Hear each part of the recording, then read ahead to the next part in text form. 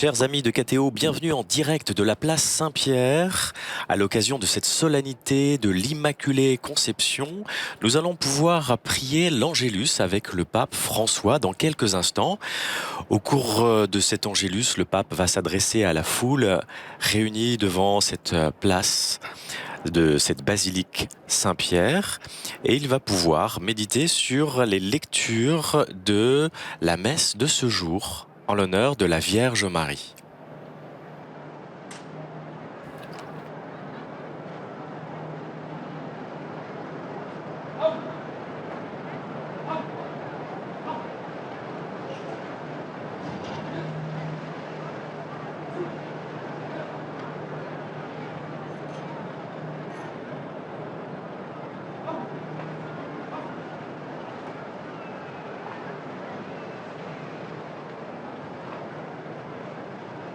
C'est de cette fenêtre que le pape François va apparaître, palais apostolique du Vatican.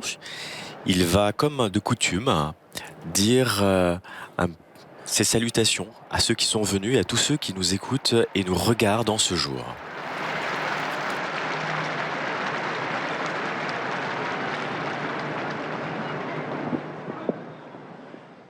Cari fratelli e sorelle, buongiorno e buona festa. Chers frères et sœurs, bonjour et bonne fête. La parola di Dio oggi La parole de Dieu aujourd'hui nous présente une alternative. Nella prima lettura c'è l'uomo che all'origine Dans la première lecture, no a Dio. nous voyons l'homme qui dit non à Dieu. Che all'Annunziazione Dans l'Évangile, il y a Marie a Dio. qui, à l'Annonciation, dit oui à Dieu. Entrambe le letture Dans les deux textes, è Dio che cerca c'est l'uomo. Dieu qui cherche l'homme. Nel primo caso Mais guarda dans le Adamo, premier cas, dans peccato, la Genèse, Dieu va vers Adam après son péché et il lui demande « Où es-tu » Et Adam lui répond « Je me suis caché ». Dans le deuxième cas, il va chez Marie, qui est sans péché, qui répond « Voilà, voici, je suis la servante du Seigneur ». Le ekomi, le me voici, est le contraire de je me suis caché. Le me voici de Marie est une ouverture à Dieu, alors que le péché enferme, isole et entretient la solitude avec soi-même. Le me voici est la parole clé de la vie. C'est le signe du passage d'une vie horizontale, centrée sur soi et sur ses propres besoins, à une vie verticale, élancée vers Dieu. Me voici est être disponible au Seigneur. C'est le remède pour l'égoïsme, l'antidote à une vie insatisfaite, à qui il manque toujours quelque chose. Me voici, c'est le remède contre le vieillissement du péché. C'est la thérapie pour rester jeune à l'intérieur. Dire à Dieu « me voici », c'est croire que Dieu compte beaucoup plus que mon propre moi. C'est choisir de miser sur le Seigneur, docile à ses surprises. C'est pour cela, dire à Dieu « me voici » est la louange la plus grande que nous pouvons lui offrir. Pourquoi ne pas commencer ainsi la journée ?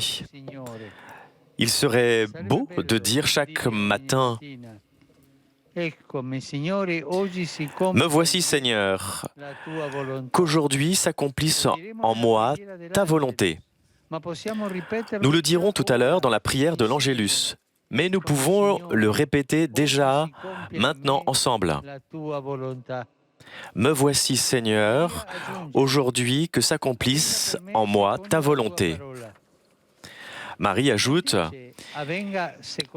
qu'il advienne en moi selon ta parole.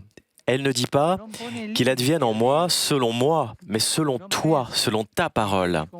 Elle ne met pas de limite à Dieu. Elle ne dit pas « je me dédie un peu à Dieu et je m'exécute et ensuite je fais ce que je veux ». Non, Marie n'aime pas le Seigneur quand seulement par intermittence.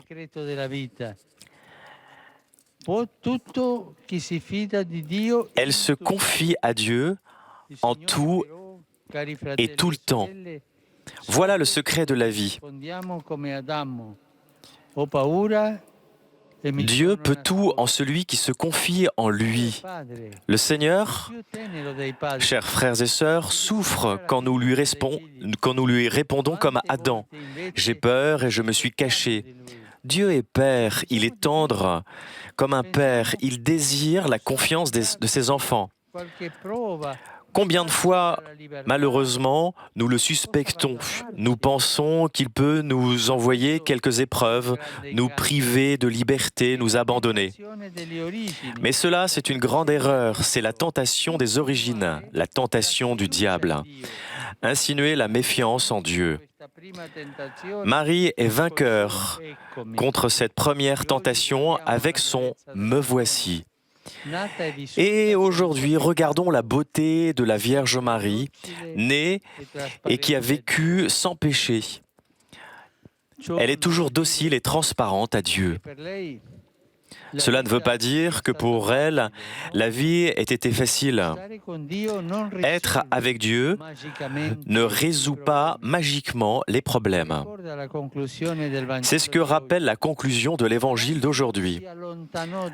L'ange s'éloigna d'elle. Il s'éloigna. C'est un verbe fort. L'ange laisse la Vierge seule dans une situation difficile.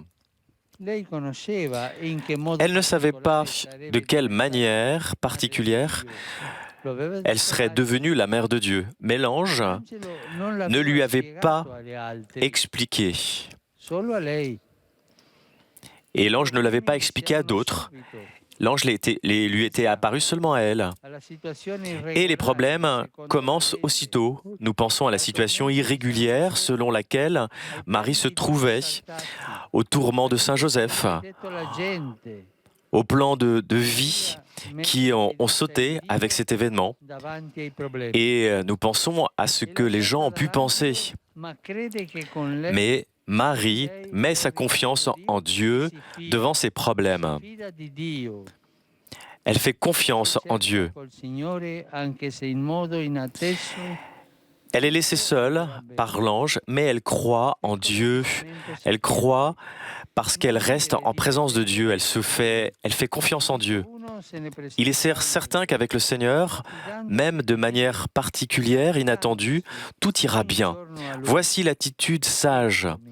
Ne vivez pas en dépendant des problèmes, car quand il y en a un qui est terminé, il y en a d'autres qui se présentent. Mais confions-nous en Dieu et confiez-vous chaque jour à lui. Ave Maria, gratia plena, Dominus tecum, benedicta tui mulieribus et benedictus fructus ventris tui, Iesus. Sancta Maria, Mater Dei, ora pro nobis peccatoribus, nunc et in hora mortis nostre. Amen. Ecce ancilla Domini. Fiat mihi secundum verbum tuum. Ave Maria, gratia plena, Dominus tecum, benedicta tui mulieribus et benedictus fructus ventris tui, Iesus. Sancta Maria, Mater Dei, ora pro nobis peccatoribus, nunc et in hora mortis nostre. Amen. Et verbum caro factum est. Et habitavit in nobis. Ave Maria, gratia plena, Dominus tecum, benedicta tui mulieribus, et benedictus fructus ventris tui, Iesus. Sancta Maria, Mater Dei, ora pro nobis peccatoribus, nunc et in hora mortis nostre. Amen. Ora pro nobis, Santa Dei Genitrix. Ut digni efficiamur promissionibus Christi. Gratiam Tuam quesumus, Domine, mentibus nostris infunde, ut qui angelo nunziante Christi Filii Tui incarnationem coniovimus, per passionem eius et crucem, a resurrectionis gloriam perducamur, per unum Christum Dominum nostrum. Amen. Gloria Patri et Filio et Spiritui Sancto. Sic ut erat in principio et nunc et semper et in saecula saeculorum. Amen. Gloria Patri et Filio et Spiritui Sancto. Sic ut erat in principio et nunc et semper et in saecula saeculorum. Amen. Gloria Patri et Filio et Spiritui Sancto. Sic ut erat in principio et nunc et semper et in saecula saeculorum. Amen. Pro fidelibus defuntis, requiem aeternam dona eis Domine. et lux perpetua luce Teis. requiescant in pace. Amen. Sit nomen Domini benedictum. Ex hoc nunc et usque in saeculum, Aiutorium nostrum in nomine Domini. qui fecit caelum et terram. Benedicat vos omnipotens Deus, Pater et Filius et Spiritus Sanctus. Amen. Amen.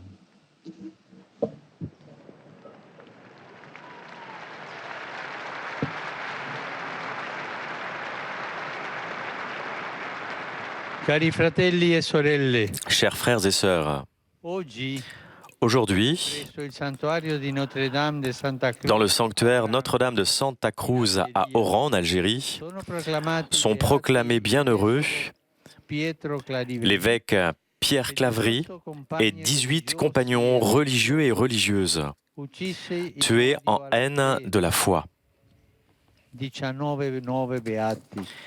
19 bienheureux. Ces martyrs de notre temps ont été fidèles annonciateurs de l'Évangile, humbles constructeurs de paix et témoins héroïques de la charité chrétienne. Un évêque, prêtre et des religieux et religieuses et des laïcs. Leur témoignage courageux est source d'espérance pour la communauté catholique algérienne et la semence d'un dialogue pour l'entière société. Que cette béatification soit pour tous une stimulation à construire ensemble un monde de fraternité et de solidarité. Applaudissons les nouveaux bienheureux, tous ensemble.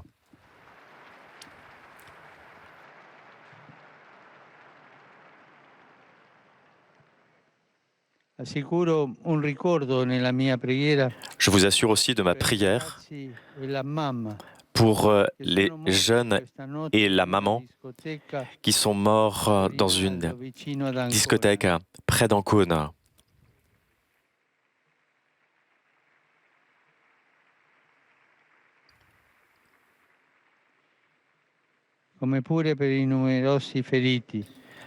Je prie aussi pour tous les blessés. Je demande pour tous l'intercession de la Sainte Vierge Marie. Je vous salue tous avec beaucoup d'affection, chers pèlerins provenus d'Italie et de différents pays, spécialement les familles, les groupes paroissiaux et les associations. En cette fête de l'Immaculée, dans les paroisses italiennes, que se renouvelle l'adhésion à l'Action catholique, une association qui, depuis 150 ans, est un don et une ressource pour le chemin de l'Église en Italie. J'encourage ces articulations diocésaines et paroissiales à s'engager pour la formation des laïcs capables de témoigner de l'Évangile en devenant le levain d'une société plus juste et solidaire. Je bénis de cœur les fidèles de Rocca di Papa et le flambeau avec lequel ils allumeront la grande stèle sur la forteresse de leur belle cité en honneur de l'Immaculée Conception. Aujourd'hui cet après-midi, je me rendrai sur la place d'Espagne pour renouveler le traditionnel hommage et la prière au pied du monument de la Vierge Marie, de l'Immaculée. Je vous demande de vous unir spirituellement à moi en ce geste qui exprime la dévotion filiale à notre Mère Céleste. À tous, je souhaite une bonne fête et un bon chemin d'avant avec la Vierge Marie pour guide. Et s'il vous plaît, n'oubliez pas de prier pour moi. Bon déjeuner et au revoir.